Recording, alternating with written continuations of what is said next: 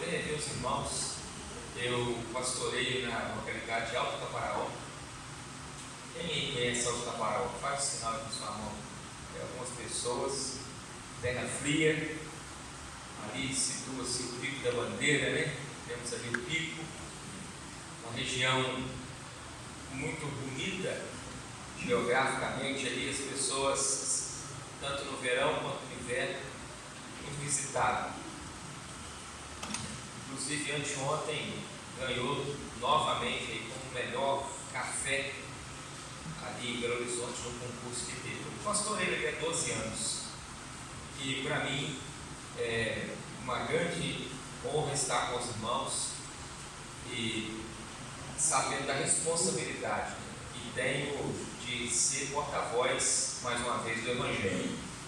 Glória a Deus. Eu quero convidar os irmãos a abrirem suas Bíblias no primeiro livro da Escritura, o livro de Gênesis. Livro de Gênesis. Nós vamos observar o capítulo 4. Nessa manhã, como bem disse aqui nosso pastor Everaldo, os jovens aqui estão, e também casais, famílias. Nós temos absoluta convicção de que o Espírito de Deus vai falar conosco algo, se não novo, vai trazer sobre nós algo mais claro dentro daquilo que já sabemos. Não há muita novidade. Nós não precisamos às vezes de tantas novidades. Nós precisamos viver o simples, viver aquilo que sabemos. É um desafio. E a Escritura diz, acompanhe comigo no capítulo 4, verso 1. Coabitou ou teve intimidade, relação, o homem Adão com Eva, sua mulher. Esta concebeu e deu à luz a Caim. E Caim, ao nascer, esta mulher chamada Eva disse: adquiri um varão como auxílio do Senhor. Depois deu à luz a Abel, o seu irmão. Abel foi pastor de ovelhas, Caim lavrador. Aconteceu que no fim de uns tempos trouxe Caim do fruto da terra uma oferta ao Senhor.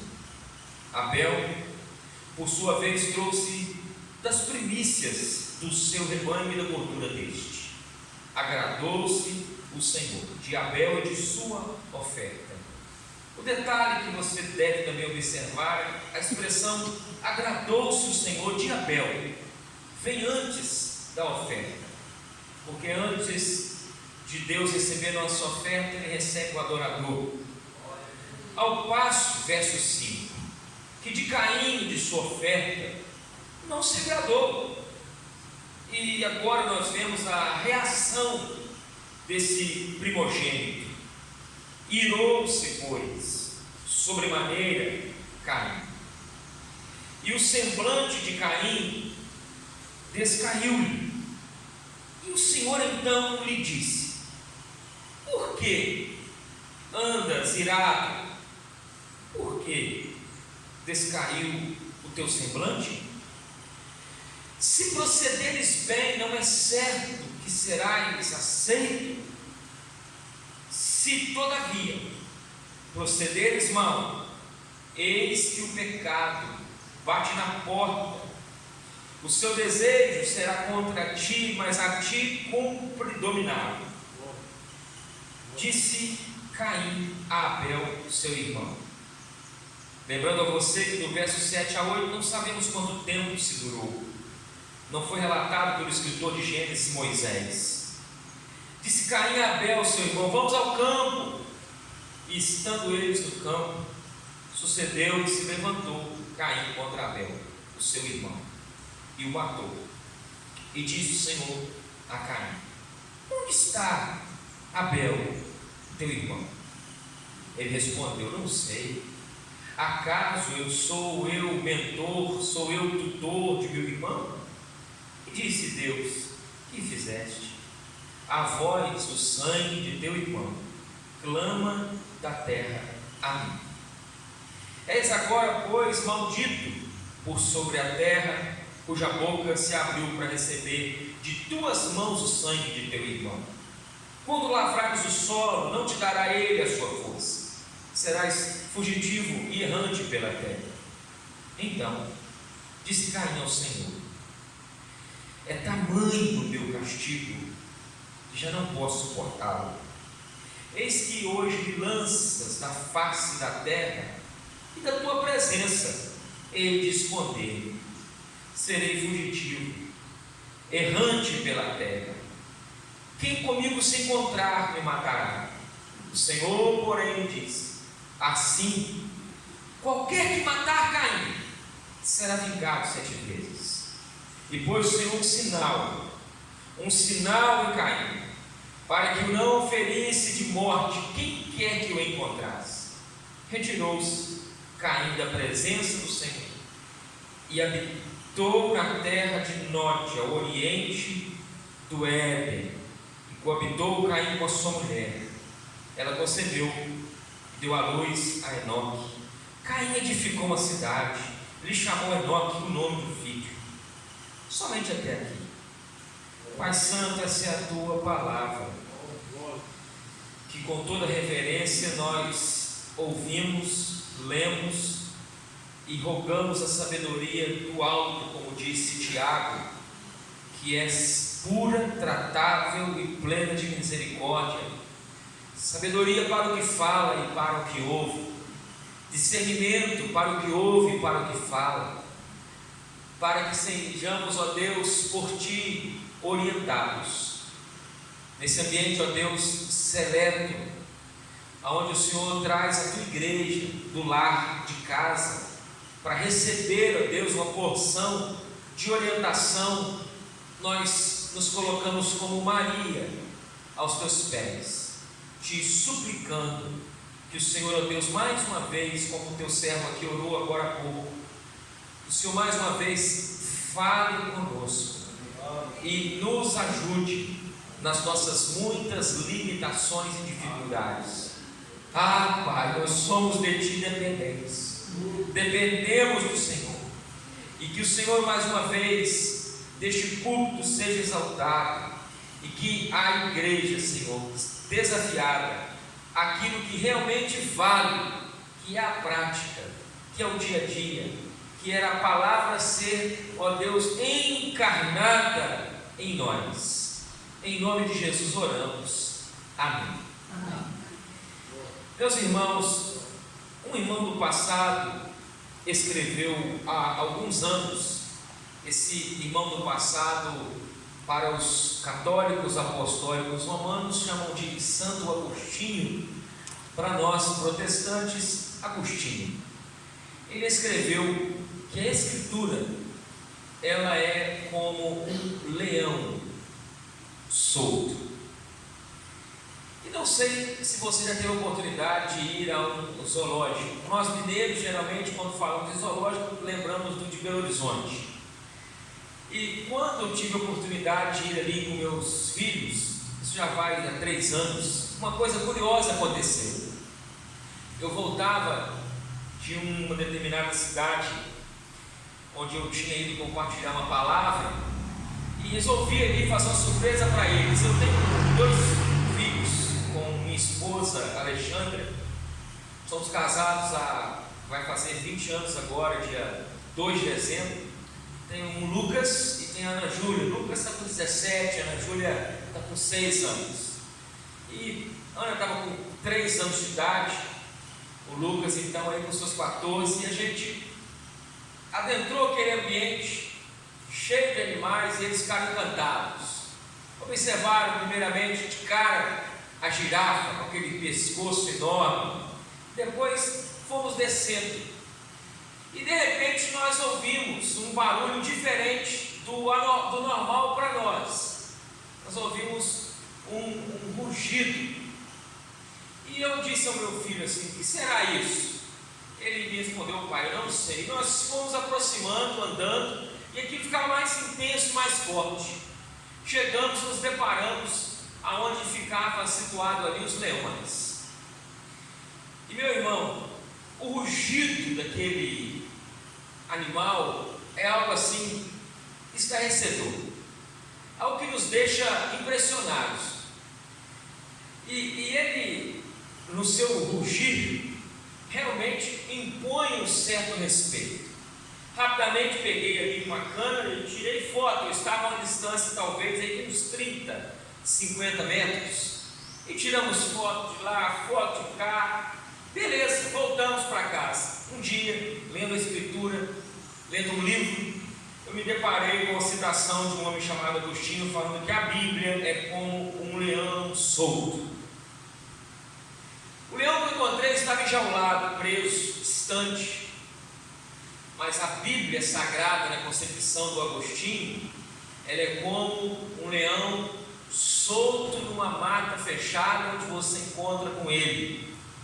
Não há escapatória para você. Ou você vai ser devorado por ele, ou você vai tentar fugir e não vai conseguir.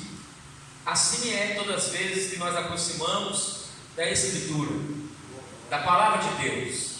A Palavra de Deus, ela nos dilacera, ela nos humilha, ela mostra quem somos, ela mostra quem é o homem, ela mostra quem é o nosso Salvador e Redentor, ela mostra para nós o plano salvífico.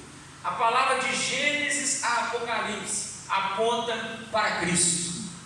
E nós, quando lemos um texto como esse, não podemos deixar de uma análise introdutória, antes de adentrarmos no capítulo 4 de Gênesis, observar que no capítulo 1, capítulo 2, capítulo 3, o autor de Gênesis, Moisés, relatou algo que fala para nós e muito do plano original divino, tão combatido nas universidades, tão combatido nas mídias, tão combatido nas escolas.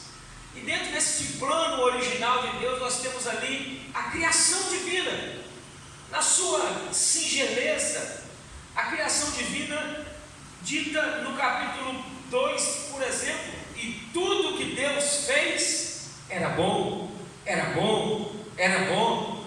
E quando Deus faz o homem, Deus faz a mulher, isso era muito bom. E aí a Escritura fala que Deus colocou este casal, este homem, esta mulher, permitiu a eles viver ali um bom tempo, num ambiente denominado de Éden. Pastor Carlos, o que significa Éden? Éden significa lugar de prazer, lugar de delícias.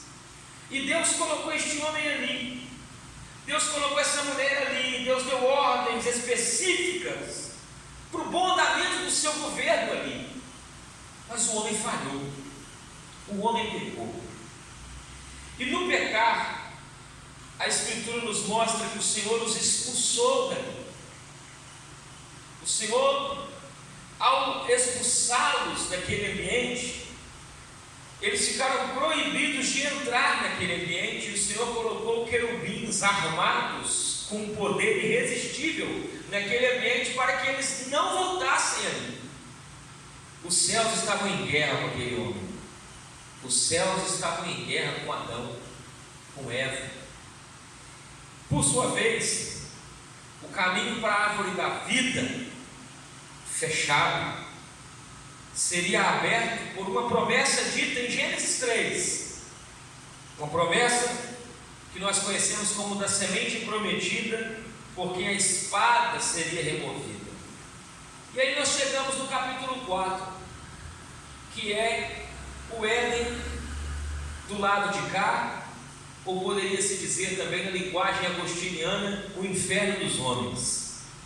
Porque uma coisa é pensar no céu de Deus, na eternidade ou no reino de Deus, outra coisa é nós pararmos para refletir no inferno dos homens. E quando chegamos no capítulo 4, nós saímos dos céus de Deus, do governo divino, e chegamos no inferno dos homens. E neste ambiente do capítulo 4, a primeira palavra que nós lemos nessa manhã, coabitou. Teve intimidade com a sua companheira, com a sua esposa, coabitou o homem com Eva, e é dito, sua mulher. E a Escritura diz para nós que esta mulher concebeu, e esta mulher deu à luz um filho, e este filho é homem. E quando este filho nasceu, ela colocou o nome deste filho de Caim. O que significa Caim? Caim significa adquirido, com o auxílio do Senhor. Então veja bem, nós temos alguém do lado de cá deste ambiente, que não é o Éden perfeito, mas agora o ambiente do inferno dos homens, alguém que teve intimidade com a sua companheira, e na intimidade com a sua companheira foi agraciado com o filho, e a sua esposa denomina este filho de alguém adquirido com o auxílio do Senhor. Por quê? Porque ela sabia que havia uma promessa dita no capítulo de número 3, onde no versículo 14 o Senhor diz assim: então o Senhor Deus, como disse a serpente, maldita és entre os animais domésticos, o és entre todos os animais selváticos, vai rastejar sobre o teu ventre, vai comer pó todos os dias da tua vida. No verso 15, porém inimizade entre ti e a mulher, entre a tua descendência e o teu descendente, este te ferirá a cabeça e tu lhe ferirás o calcanhar. A expressão descendente, a partir daquela promessa que esta mulher Eva ouviu, ela entendia que haveria um descendente que iria nascer, e este descendente esmagaria a figura da serpente personificada em Lúcifer ou Satanás. E quando ela vê aquele filho chorando, ela pensa: eu adquiri essa promessa.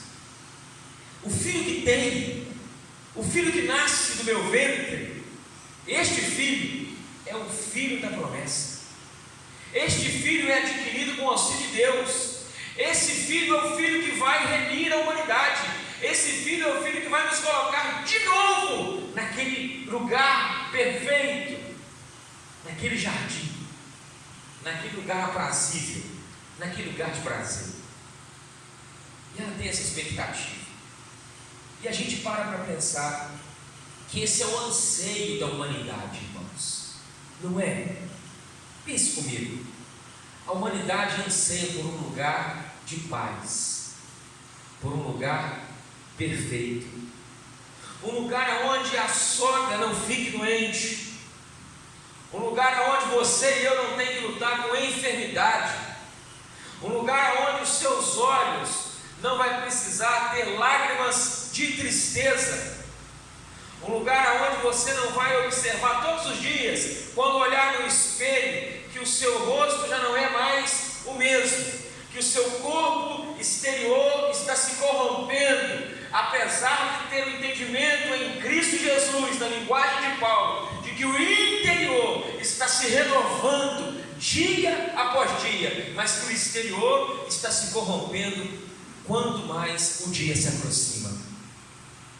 E a Escritura, ela mostra para nós que Eva, ela tinha essa expectativa, trazendo reflexo do que é a humanidade: santos, mas também pecadores.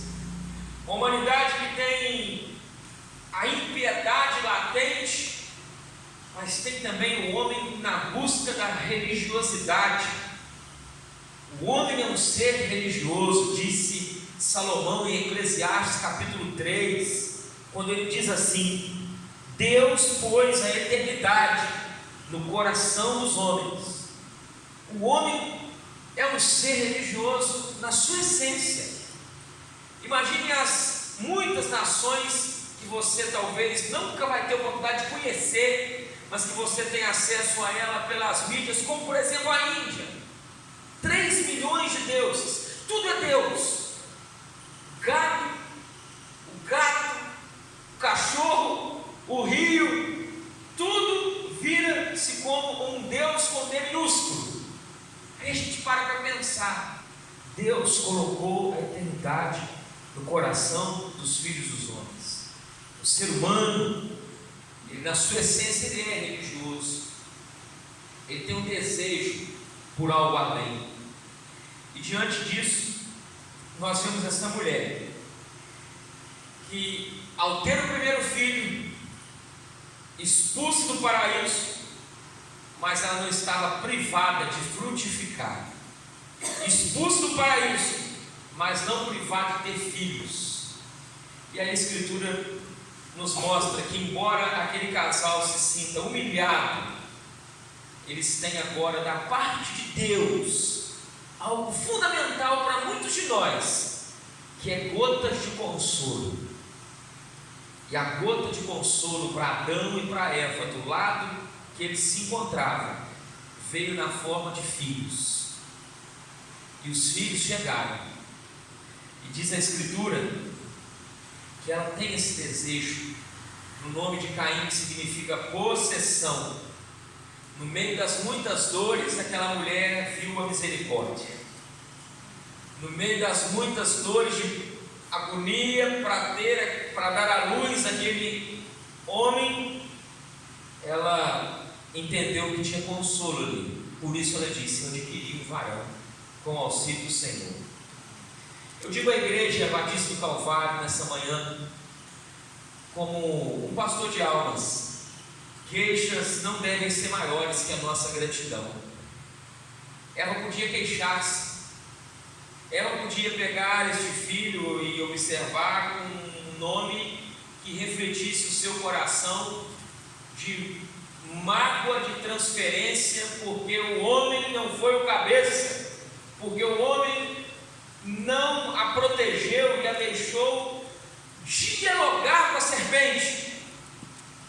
Mas ela não fez isso.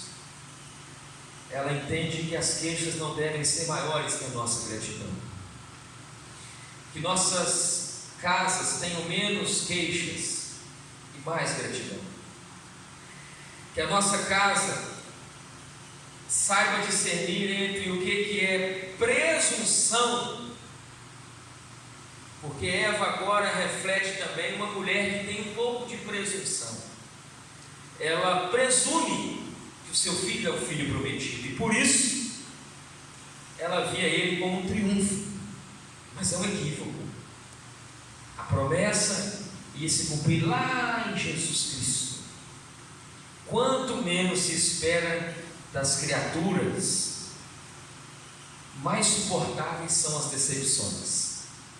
Porque os maridos decepcionam demais com as esposas, esposas decepcionadas demais com os maridos, porque nós colocamos os nossos cônjuges como deuses, e o colocando ou os colocando num pedestal como deuses, nós estamos abrindo uma legalidade no nosso coração para de alguma forma, amada igreja, nós nos decepcionarmos, porque vai chegar o momento que o vinho vai acabar. O grande evangelho de João, no capítulo 2, fala de um vinho que acaba. E digo a você, não existe festa que vinho não iria acabar. O vinho ali só acabou porque tinha que acabar mesmo. No caso em questão daquele texto, acabou porque nós inferimos que poderia ter se preparado um pouco melhor.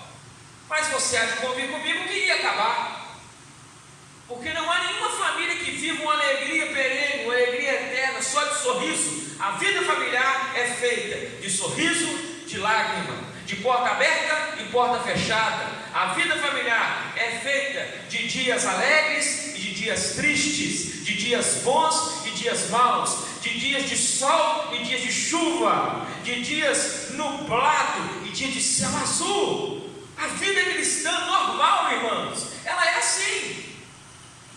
Mas pintaram para nós que a vida familiar, ela muitas das vezes, ela é na base da gargalhada.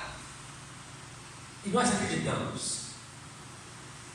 E quando vão se anuviando, a gente vê que nem sempre, irmãos, nem sempre vai ser feito de sorriso. Vai ter muita lágrima entre um casal por causa de um filho que está distante, por causa de uma indiferença de um filho para com as coisas de Deus. Mulheres que caminham solitárias para a casa de Deus, solitárias na sua vida piedosa, anos e anos e anos e anos e anos e anos, e de repente o seu marido indiferente nesses anos todos, e no término da sua história, Deus, por sua graça, salva aquele homem. Isso é bonito, irmãos, mas é difícil. Recentemente eu presenciei algo muito bonito na comunidade que sirvo. Há um rapaz de nome Gênesis. O nome dele é Gênesis. Nós chamamos ele da igreja Geninho. Gênesis significa princípio. E eu nunca perguntei ao pai dele, o senhor Genésio, por que o nome dele é Gênesis. Mas penso eu que na piedade do pai, o pai via nos filhos uma extensão da fé que ele professava crer. E esse Gênesis, ele professou a fé dele com 14 anos, serviu ao Senhor até 16 anos e abandonou. Curiosamente, apanhou aquilo que nós chamamos no interior de uma relia à igreja, e enveredou por um caminho, o caminho do alcoolismo. Começou com vinho, cervejinha, daqui a pouco ele ficou dependente do álcool e chegando a um estado, agora nos seus 50 e poucos anos, de tomar até mesmo o álcool etílico. Para aguçar o seu espanto, ele é filho de um senhor que é um dos homens mais ricos de Alto Caparaó. Então não é de uma família de situação econômica como nós temos, como uma situação econômica difícil, não. E ele uma vez disse assim para a turma no boteco: o dia que o meu pai morrer eu vou queimar isso tudo aí, nós vamos beber isso tudo. E isso chegava no ouvido do pai. Pastor batista, preteriano, cada oração, você vê que Deus, tudo que você pensar foram lá, irmãos. E ele filho no alcoolismo, mas com uma esposa de nome Flávia, uma mulher que se propôs a amar ele, que notoriamente no físico dela ela estava desgastada, 3 filhos. E esse homem volta e meia em hospital. Recentemente ele tinha ficado internado no retrasado em Manhuaçu. Fui fazer uma visita, o médico disse para ele assim: ó, o seu fígado não tem nada. Mas não é possível, um dia desse homem bebe, o filho desse homem não tem nada. E tem gente que morre, que nunca bebeu e morre de cirrose. E aí foi falado para mim o seguinte: ah não, pastor, é porque lá no botequim que ele frequenta, ele comeu muito na juventude tutano de boi, e o tutano deu força para ele. Rapaz, eu não sei se é verdade, mas se esse camarada está isso tudo assim, ele é um milagre, irmãos. E eu falava para ele todas as vezes, fui por umas 4 vezes chamado lá, num estado, irmãos, quando você entrava na casa, o odor do álcool, e ele totalmente lambrecado no quarto, e para conversar. E confesso a você, na minha humanidade, na minha incredulidade, meu Deus, não tem como esse camarada, esse homem está fazendo hora extra. E ele falava assim: pastor, um dia eu vou largar isso, um dia eu vou largar isso, um dia eu vou largar isso. Eu não consigo, pastor. E eu gosto de pinga, eu gosto disso, eu gosto daquilo. Fala só de bebida esquisita, irmãos. Eu nunca cheguei perto dele dando lição de moral, irmãos, demonizando. Eu sempre cheguei pedindo a Jesus: Jesus, coloque no meu coração as palavras tuas e o exemplo do Senhor em amor. como o Senhor reagiria aqui? E como que o Senhor teria atitude aqui nesse ambiente? Porque já tem peso demais nessa família, eu não quero levar mais peso. E ali um dia, ele falou assim: eu vou na igreja. Para contar a história, irmãos, tem um ano que esse moço vai todos os domingos no culto, restituiu com a família.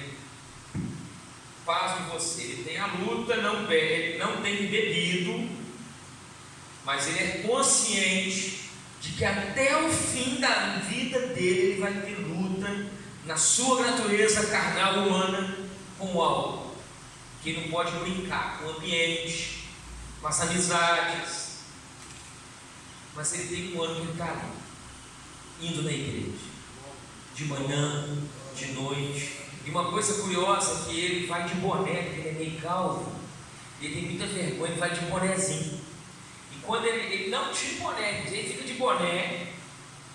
Mas é uma alegria para nós, pastores, quando vê aquele irmão ali, porque a gente sabe que há de histórico de mais de 35 anos na vida daquela irmã chamada Flávia, orando, indo sozinha, solitária, mas que Deus, por sua graça agora, chegou o time de Deus, chegou o tempo de Deus, e quem sabe o Espírito Santo me diz aqui nessa manhã e a você, que há mulheres aqui nessa situação, há homens assim, com relação ao filho, com relação ao ente querido, alguém da sua casa, que você não deve desistir.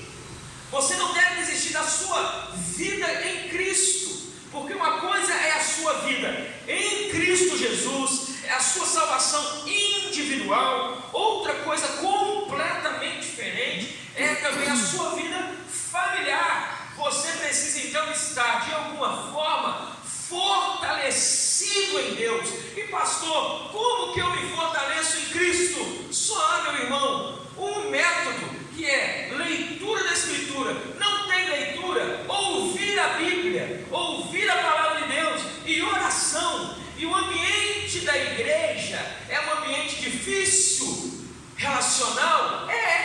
Porém, é um ambiente que nós, quando saímos da nossa casa e viemos para cá, sem sombra de dúvidas, meus irmãos, nós estamos vindo como alguém que veio para ser medicado pelo médico dos médicos.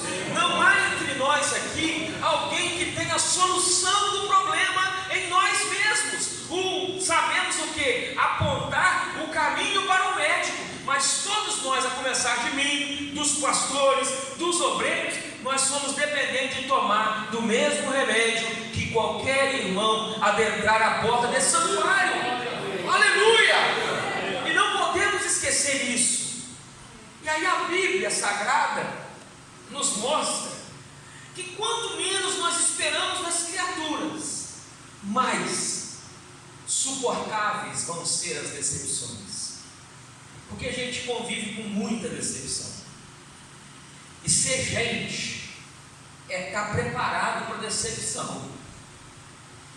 Ser normal é saber que vai se decepcionar, e quando se decepcionar, não se amargurar, não se deprimir, porque muito maior decepção teve o nosso Deus conosco, com a nossa vida, com a nossa natureza, e Ele nos amou primeiro, diz a Bíblia, e no amor dele primeiro por nós, Ele nos capacita a sermos também essa mídia para o próximo, para o outro, para a glória de Deus. Vamos para o próximo versículo que lemos, o versículo 2, é o nascimento então do segundo filho. Se por sua vez nós vemos no versículo 1 que o Caim nasce, chegamos no verso 2, nasceu Abel. E o Abel, quando nasce, diz a palavra do Senhor no versículo 2 que eles têm funções profissionais diferentes. Um é pastor, cuida de ovelhas no campo. O outro é lavrador. E a Bíblia diz que Abel é pastor de ovelhas, o Caim lavrador. Mas o que significa o nome Abel? Abel significa vaidade, sopro, fragilidade. Olha que coisa curiosa. Quando nós estamos no versículo 1, a gente vê Caim nascendo. Este que significa possessão, é posse, é promessa. Só que agora, quando o segundo filho nasce, a Bíblia diz que ela coloca o nome de vaidade, de fragilidade, de sopro. A luz a Caim no meio a dores, ela não perdeu uma coisa: o senso de misericórdia no meio daquelas dores intensas. Porém, quando nós vemos que Caim, para ela, era o filho, ela então ficou empolgada com a posse do outro, de maneira que para ela, a posse do outro, o outro que nasceu, é uma vaidade. Porque para quem tem a promessa, que ela cria fosse a promessa, aplicando para nós igreja, seria o seguinte: para quem tem Cristo e faz de Cristo o seu tudo, tudo o que mais chegar a nós se torna vaidade. Tudo. Não por acaso, quanto mais tempo você viver sobre esta terra de dores, mais seus olhos vão se abrir para as vaidades do mundo. Espiritualmente, os olhos dos crentes vão sendo abertos para as vaidades que circundam a vida dele.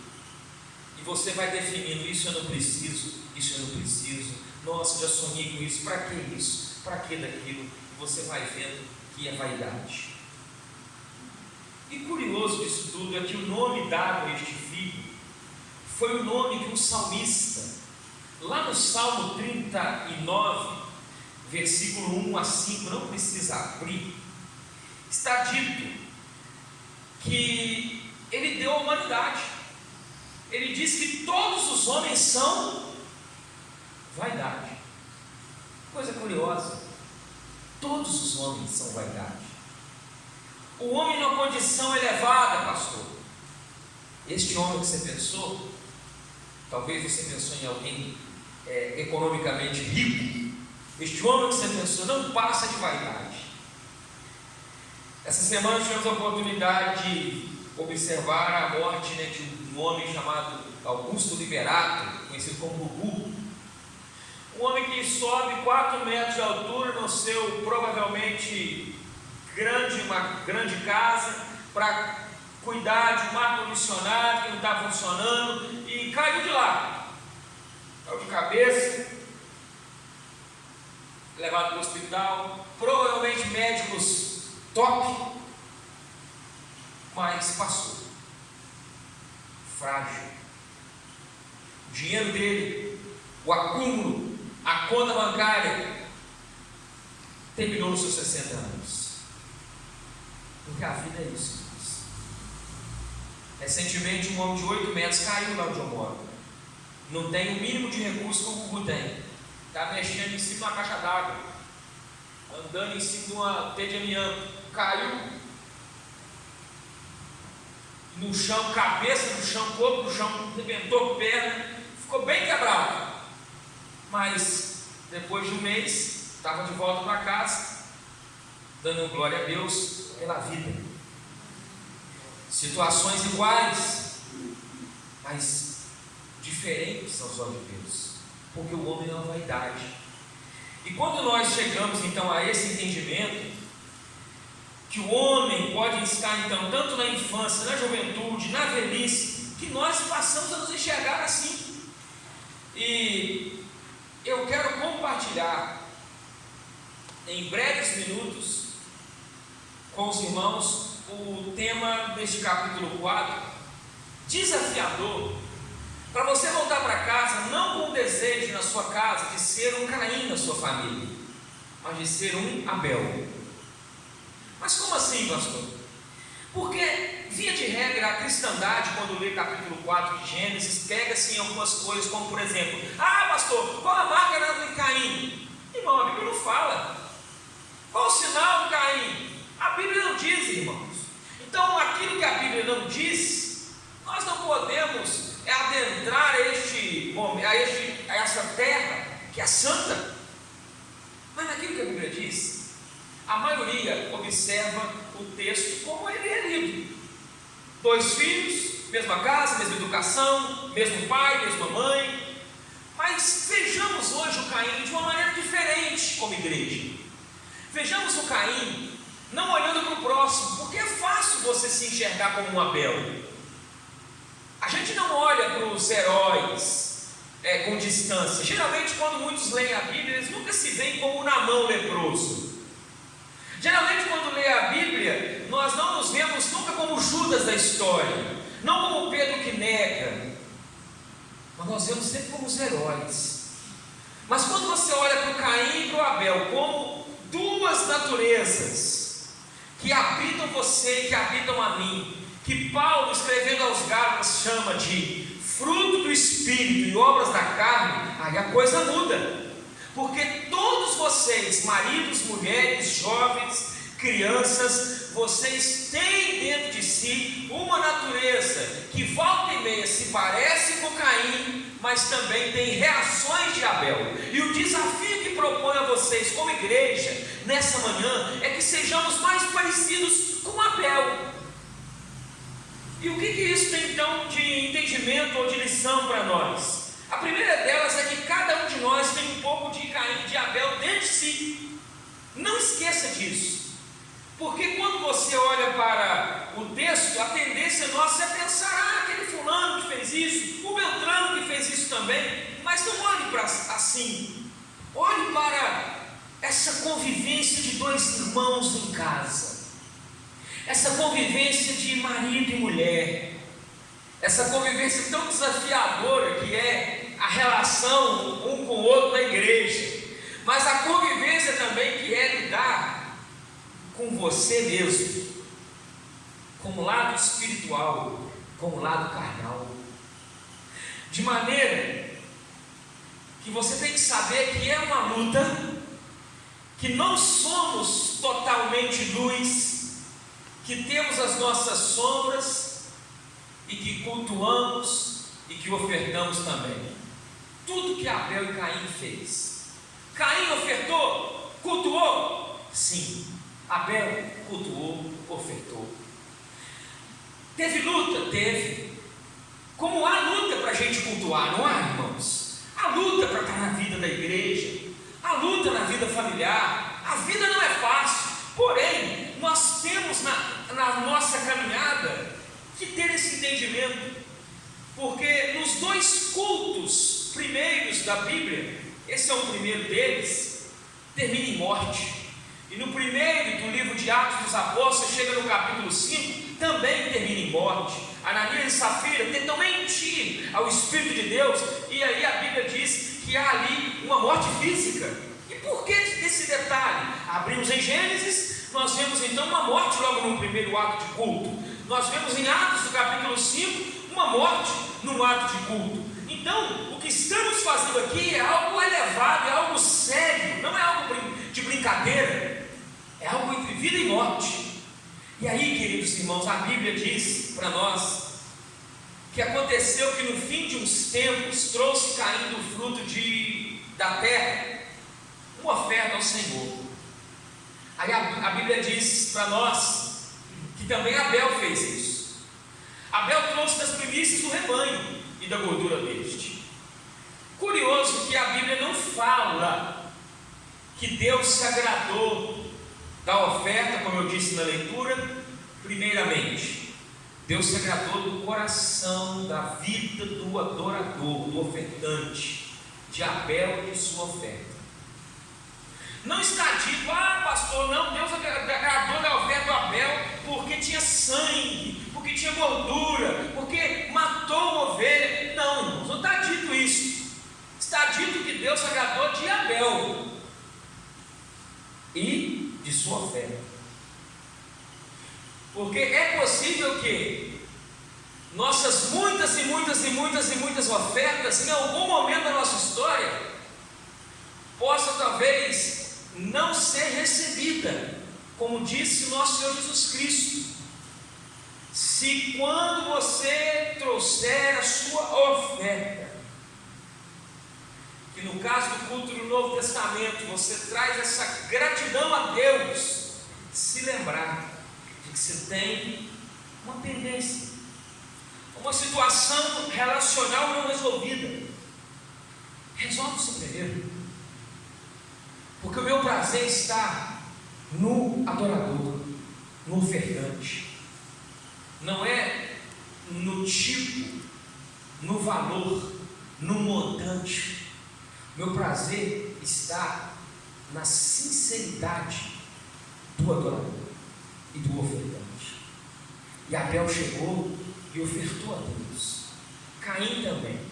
E a Bíblia diz assim, que agradou o Senhor de Abel de sua oferta, ao passo que de Caim e de sua oferta não se agradou.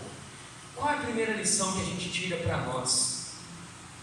A primeira lição que a gente tira é que Caim não se tornou quem foi de uma noite para o dia.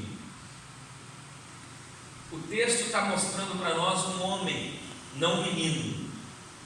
O texto está mostrando para nós alguém consciente do que faz, não uma criança. No versículo 1 tem uma criança, um bebê. No versículo 2 tem outro bebê nascendo. Mas no versículo 3 já tem agora um homem que tem responsabilidade, um homem que está sobre ele o entendimento aprendido com seus pais, do que é culto, do que é Deus, do que é coisas eternas, e que provavelmente ouviu dos pais deste lugar de prazer, deste lugar de delícias, deste lugar que é o governo de Deus pleno chamado Éden, e que eles foram expulsos dali, e que fazem esse ato cultico com a expectativa de serem redimidos. E aí a Bíblia, irmãos, é maravilhosa, porque ela nos mostra que Caim não se tornou quem foi de uma noite para o dia, de repente ele se tornou Caim, não, ele foi se tornando Caim aos poucos. Ninguém se torna um alcoólatra da noite para o dia, ninguém se torna um Fernandinho beira-mar da noite para o dia, ninguém se torna um assassino inveterado da noite para o dia. Processos vão acontecendo na caminhada. Ninguém se torna um marido agressivo da noite para o dia. Há o primeiro grito, há a primeira falta de educação, de leveza. Ninguém se torna indiferente na relação conjugal da noite para o dia. Há uma primeira vez, há um primeiro momento. E eu quero também te lembrar que quando eu vejo Caim se tornando um assassino no texto, eu entendo que há um risco do só um pouquinho. A gente tem essa mania, só um pouquinho, e aí nós vamos ficando indiferentes, frios. Às vezes ouvimos relatórios dos irmãos, eu fui demitido da empresa, mas demitido por quê? Às vezes foi aquele pouquinho que chega atrasado, uma vez, duas vezes, três vezes, um ano. São as pequenas raposinhas, conforme Cantares, assim diz, escrito por Salomão. Caim não se tornou quem foi da noite para o dia no primeiro momento. Guarde isso, que você tem dentro de si também uma natureza muito parecida com a de Caim, como eu tenho. A segunda coisa, o nosso Caim, e aí aperta mais, não tolera frustração. O que é frustração? Quem é pai e mãe que sabe o que é deixar um filho frustrado? De repente você vai ali numa loja no centro, 7 de setembro, ali, uma loja, seu menino vê um brinquedo, quer alguma coisa, e você fala para ele, não, hoje não, meu filho, agora não. Você fala outra vez duas, você vai vendo no olhar dele, daqui a um tempo, se a sua palavra não ser cumprida, talvez ele pode se frustrar. Mas na pele você sabe também o que é frustração. Mas o Caim que nós temos não tolera isso. Diz a Escritura que Deus só disse: não me agradei de Caim e de sua oferta. Aí eu pergunto a você, o Criador, o Eterno, o Soberano, o Todo-Poderoso, tem o direito de se agradar ou não? O que vocês me dizem? Sim, Ele é Deus, irmãos. Ele tem o direito de agradar, de se agradar, de receber, de não receber, de abrir, de fechar. Ele tem este poder, Ele é Deus, Ele está no trono. E diz a Bíblia que este homem chamado Caim, ele de alguma maneira, ele quando ouviu que Deus não se agradou, ele irou-se e o semblante descaiu-lhe. O que é semblante descair? Ele trunfou a cara, fechou o rosto. Eu tive um pastor que falava comigo assim: ele trancou a cara e engoliu a chave. Já viu gente assim? Gente que você faz de tudo para que o rosto melhore, e o camarada parece que não tá, aí você não acha a chave. O cara, ele fechou a cara, trancou ela e engoliu a chave, porque ninguém acha a chave para abrir a cara daquele moço. Então isso aconteceu com Caim, o semblante dele descaiu. E diz a Bíblia Sagrada que ele ficou irado. E a ira, irmãos, a ira ela é algo muito sério na Bíblia, não é algo muito simples não. A gente vê a ira talvez de maneira muito aquém do que a gente deveria ver. Você já viu alguém irado? Vou perguntar para os maridos aqui: você já viu sua esposa irada, meu irmão? Não precisa responder para mim não, só guarda no seu coração.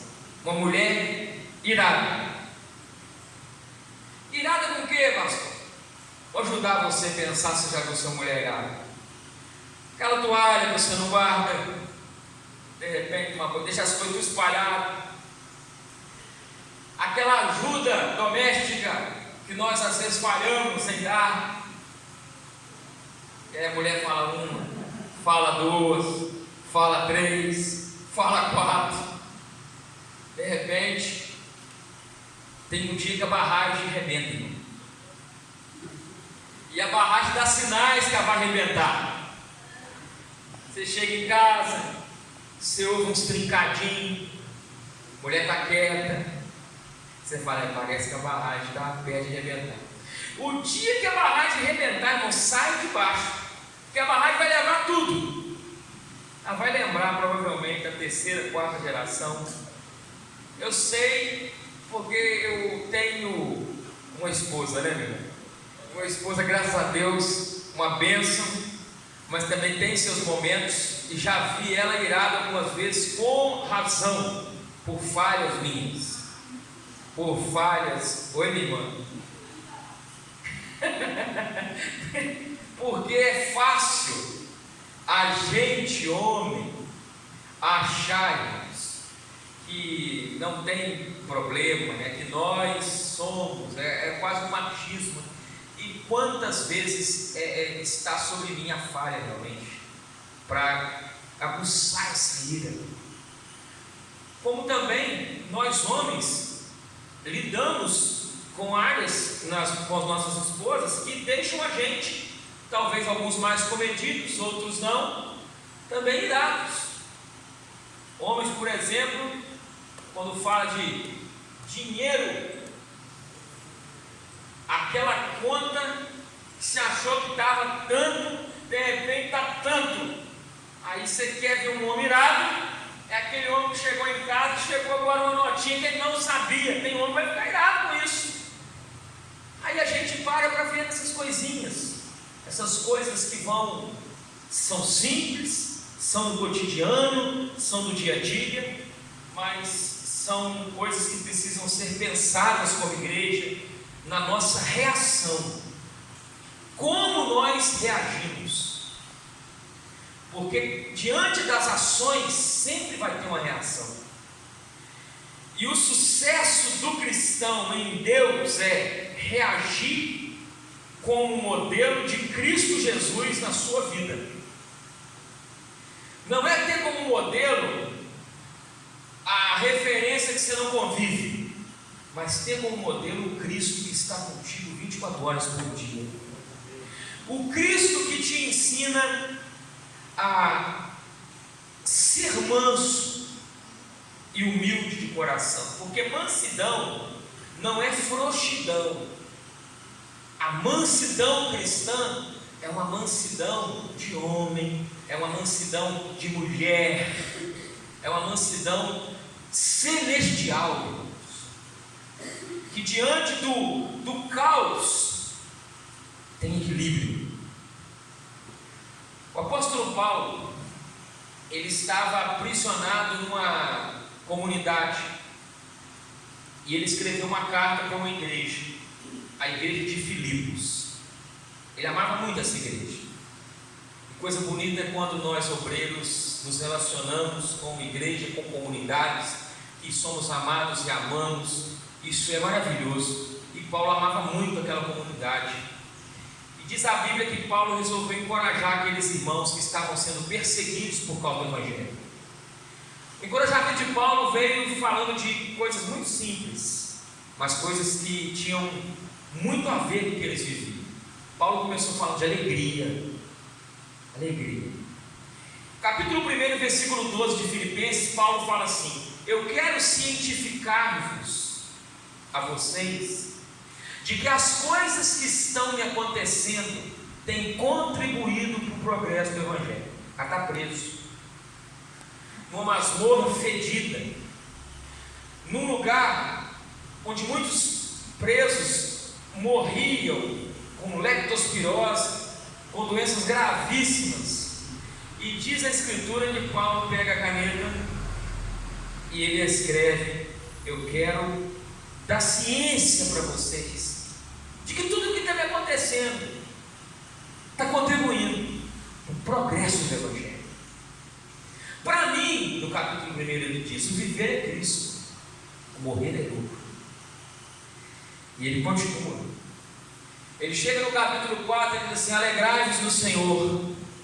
Outra vez vos digo, alegrai-vos. Eu rogo a Síntique e a Evódia que parem de brigar, pensem concordemente no Senhor, pensem unidos em Deus. E peço a você, Clemente, lembra aqueles homens ali do capítulo 4, que façam com que Evódia e Síntique pensem concordemente, que haja unidade na comunidade. E aí quando ele chega lá no capítulo 4, ele fala assim de ansiedade também. Eu rogo que vocês não fiquem preocupados não. Ansiedade faz mal. Não andeis ansiosos de coisa alguma. Em tudo sejam conhecidas diante de Deus as vossas petições, pela oração, pela súplica, com ações de graças.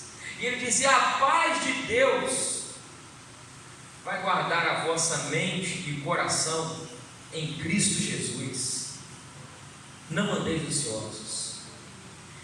Agora olha que detalhe ele fala no capítulo 4. Olhe para cá e preste muita atenção no que ele diz lá. Ele diz assim: não andeis ansiosos de coisa alguma, em tudo sejam conhecidas diante de Deus as vossas petições, pela oração, súplica, com ações de graça. E ele diz assim: seja a vossa moderação conhecida de todos os homens. Vou repetir, ele diz lá: seja a vossa moderação conhecida de todos os homens. Antes ele diz: não andeis ansiosos. A gente pega a ansiedade nossa, o que a gente faz? A gente conta para os outros. Via de regra. Via de regra nós contamos para todo mundo da nossa ansiedade. Ansiedade é o que, pastor? É preocupação demasiada com o futuro. E a gente vai contando. Quando a Bíblia fala que nós não deveríamos andar ansiosos, mas em tudo fazer conhecida diante de Deus.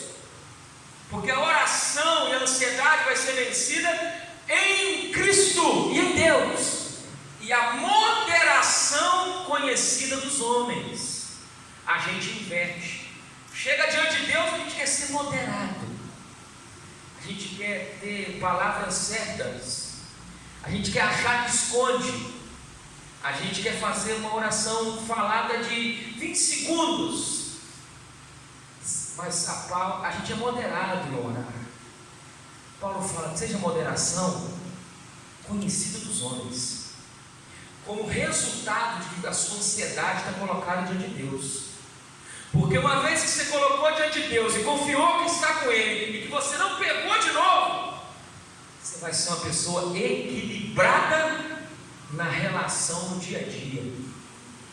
Mas quando a gente inverte isso, a gente pega a ansiedade e faz conhecida dos homens, a gente quer ser moderado diante de Deus.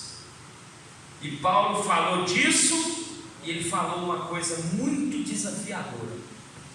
Ele disse assim: eu aprendi a viver contente em toda e qualquer situação.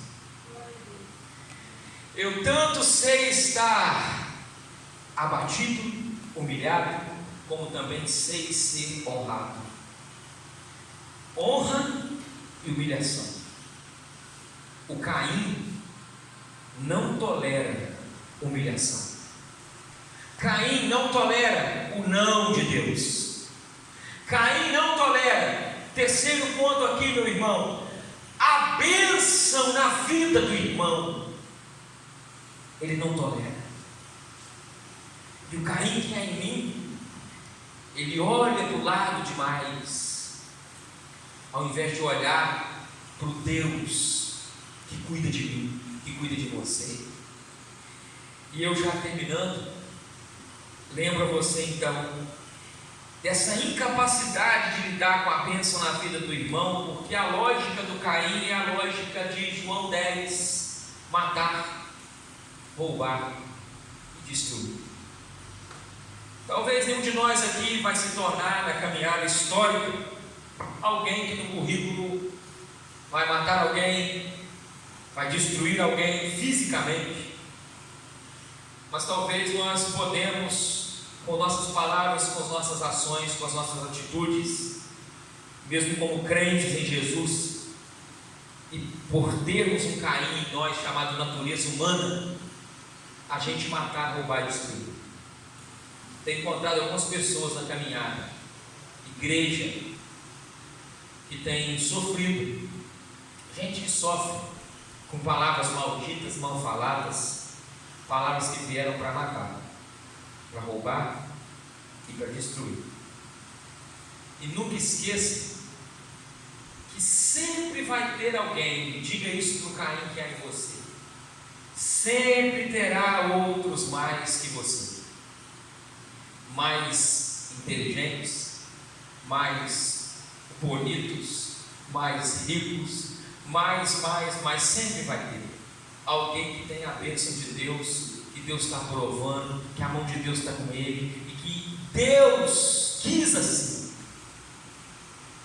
E você tem que pedir a Deus: eu quero me alegrar quando eu ver isso, Senhor.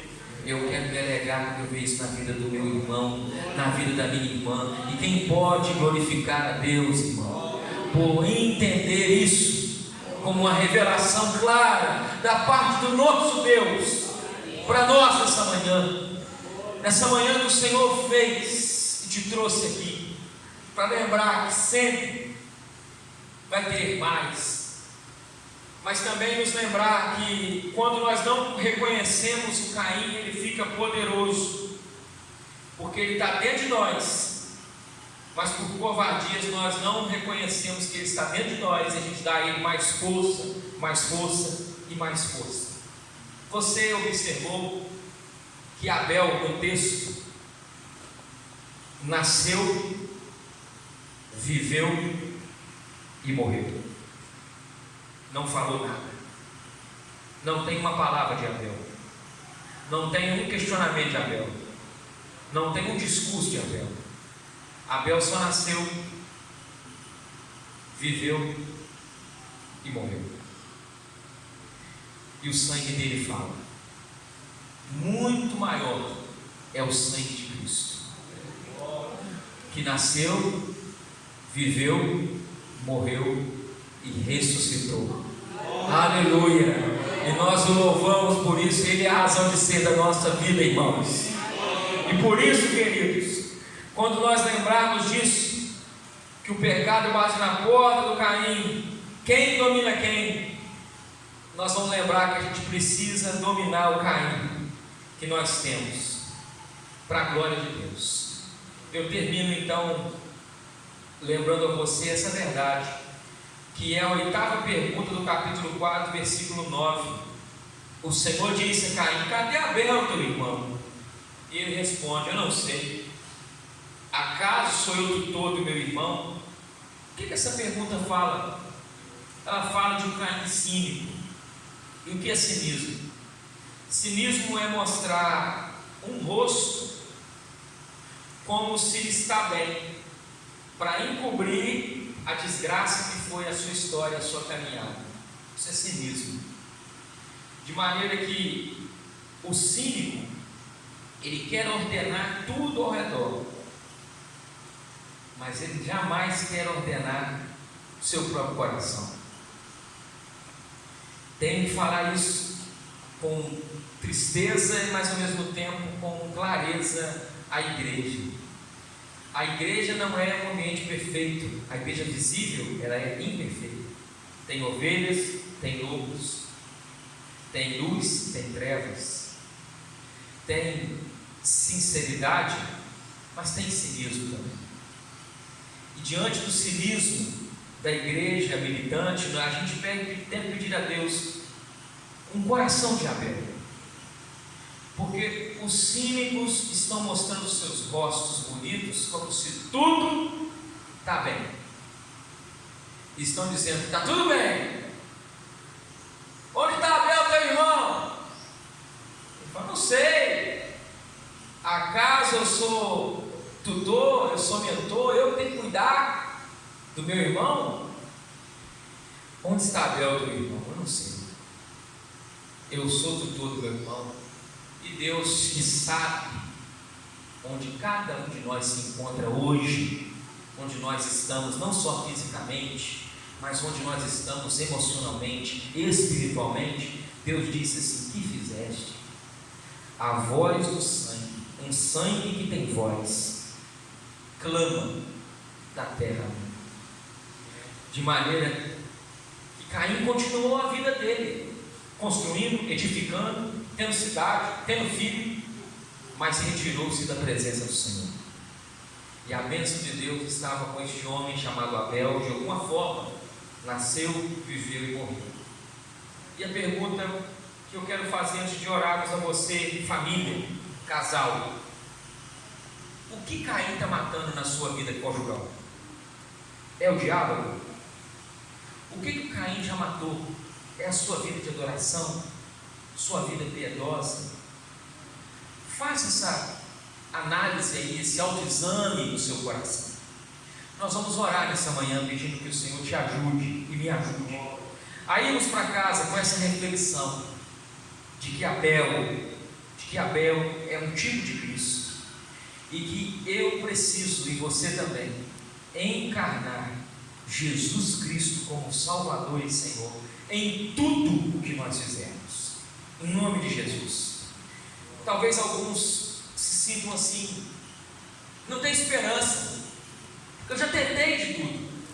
Não confie em você, confie na graça de Deus. Não confie, meu irmão, na sua própria força, confie no mediador, confie em Jesus. A palavra de Deus, ela vem para nos consolar, exortar, edificar, nos encorajar. Essa é a função da palavra de Deus. E como Agostinho disse, ela é como um leão que está solto aqui entre nós. Imaginemos que entrasse um leão por essa porta de escapatória para nós. Talvez para alguns de nós mais pela porta, sim. Porém, no sentido figurado que esse homem no passado disse, que a gente está dilacerado todas as vezes que a gente lê a Bíblia, irmãos. A palavra de Deus, ela é como um leão solto que muda a nossa sorte e que transforma a nossa natureza e que nos mata para fazer um homem novo, fazer uma mulher nova. E aquilo que o Caim está matando, em nome de Jesus, em Abel, em Cristo, você é mais do que vencedor. Lembra disso? Você é mais do que vencedor por meio de Cristo Jesus, o nosso Salvador e o nosso Senhor. Amém. Vamos orar, vamos colocar de pé. Logo após a oração, eu volto a palavra ao pastor Everaldo para fazer as considerações finais. Pai Santo, em nome de Jesus Cristo, teu rebanho, o teu povo se reúne aqui nessa manhã e é confrontado, Senhor, pela tua palavra. Aleluia, aleluia. Bendito é o Senhor que fez, ó Deus, a nossa vida e colocou sobre nós o teu governo. Bendito seja o Senhor que fez, ó Deus, os céus e a terra e que criou, ó Deus, todos nós com um propósito, e nós te exaltamos como Deus bendito, Pai. Pai querido, te agradecemos por Jesus Cristo, o nosso Salvador. Obrigado por Jesus, pela obra de Jesus. Obrigado, Senhor, porque o Senhor nos fala nessa manhã, nos desafiando a sermos como este homem chamado Abel. Porém, o Senhor nos chama a ir mais, porque somos mais do que vencedores. Abel venceu, Pai. O mundo lê este texto e não vê vitória. O mundo vê esse texto como derrota. Mas nós, com os olhos de Cristo, vemos alguém vencedor, alguém que nasceu, alguém que viveu, renunciando a Deus, cultuando ao Senhor, sendo por ti agraciado com o sim. E Pai, no fim do processo, ele morre, ele se entrega, de maneira que o autor da carta aos Hebreus diz que o sangue de Abel ainda fala, mas nós rogamos o sangue de Cristo, Pai, sobre a tua igreja, o sangue de Jesus, que nos purifica de todo pecado. Em nome de Cristo, nós te rogamos que, ó Pai, este sangue precioso esteja sobre estes homens, sobre essas mulheres, sobre a crise conjugal que estavam enfrentando. E Pai, a partir de hoje, em nome de Jesus, é chegado um novo tempo na vida dessa mulher, na vida deste homem, na vida desse jovem, na vida desse casal. Pai, em nome de Jesus, nós oramos, te dando graças por este alimento, para a tua glória, Pai. Amém e amém. Amém. Graças a Deus, irmãos. Podemos assentar. Aleluia. Deus seja louvado. Pastor Everaldo